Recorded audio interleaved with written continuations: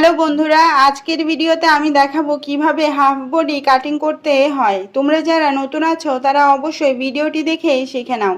আমি খুব সহজভাবে দেখিয়েছি কিভাবে হাফ বডি কাটিং করবে। তো সর্বপ্রথম আমরা কাপড়কে ভাঁজ করে নিব। ওই সাইডটি হচ্ছে বদ্ধ সাইড, এই সাইডটি হচ্ছে খোলা সাইড। তারপর লম্বার মাপ নিব। তারপর আমি শোল্ডারের মাপ নিব। শোল্ডার এখানে 8.5 ইঞ্চি নিয়েছি, আর্মহোল লম্বা নিয়েছি 7.5 ইঞ্চি।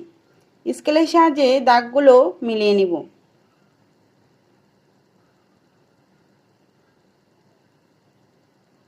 এখন আমি বডির মাপ নিব। বডি এখানে 11.5 ইঞ্চি নিব, এক্সট্রা সেলাই করার জন্য নিব।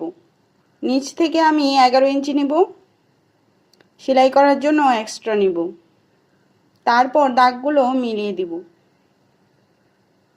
আর্মহোল শেপ দেওয়ার জন্য ইঞ্চি টেপটা এইভাবে ধরে মাঝ বরাবর দাগ দিয়ে সুন্দর করে শেপ দিয়ে দিব। এখন আমি সুন্দরভাবে কাটিং করে নিব। হয়ে গিয়েছে আমার হাফ বডি কাটিং করা। ভিডিওটি ভালো লাগলে অবশ্যই লাইক, কমেন্ট, শেয়ার করে নতুনদের দেখার সুযোগ করে দিও। আরও নতুন নতুন ভিডিও দেখার জন্য অবশ্যই আমার সাথেই থেকো। ধন্যবাদ সবাইকে।